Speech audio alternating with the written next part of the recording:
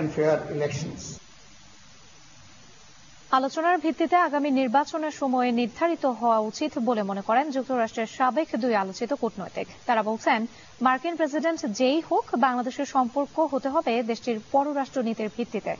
এ সময় বাংলাদেশকে $29 মিলিয়ন যে সহায়তার তথ্য দিয়েছেন ডোনাল্ড ট্রাম্প, তা সত্য নয় বলে মন্তব্য করেন তারা। আরো জানাচ্ছেন বেলায়েত হোসাইন।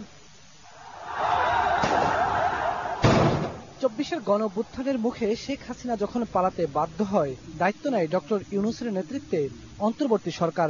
তখন থেকেই যুক্তরাষ্ট্রের ভূমিকা নিয়ে নানা মহলের আলোচনা চলতেই থাকে।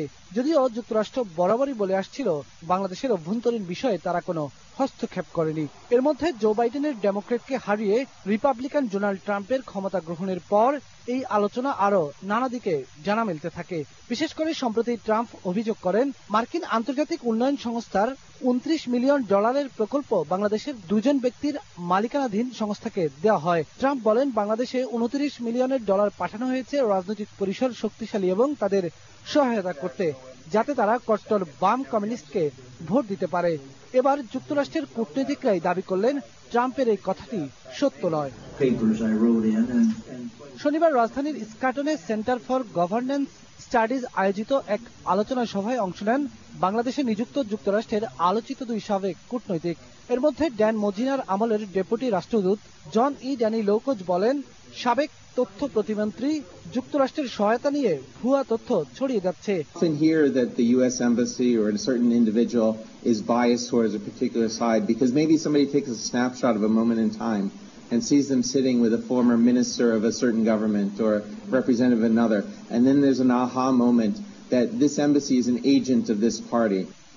বাংলাদেশে নিযুক্ত সাবেক মার্কিন রাষ্ট্রদূত উইলিয়াম বি মাইলাম বলেন, সাবেক স্বৈরাচার শেখ হাসিনাকে সবভাবে সহযোগিতা করেছে ভারত। 2025 সালের বাংলাদেশের বাস্তবতাও ভারতের অনুধাবন করা উচিত বলে মনে করেন তিনি। Other issues that the Republicans are find that they want to change the direction of the United States and have so far taken actions to do that in many ways.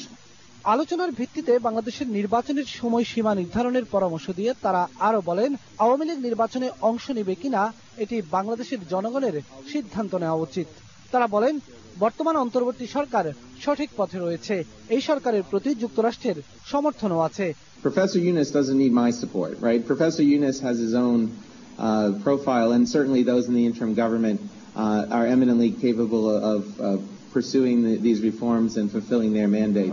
I do not see any U.S. interest that is served by an autocratic, despotic, kleptocratic regime. That's a false choice. July বিপ্লবের প্রেক্ষাপট তুলে ধরে সাবেক এই দুই কূটনীতিক বলেন, শিক্ষার্থীরা বাংলাদেশের ইতিহাসে ভ্যানগার্ডের ভূমিকা রেখেছে। বেলায়েত হোসাইন, এখন, ঢাকা।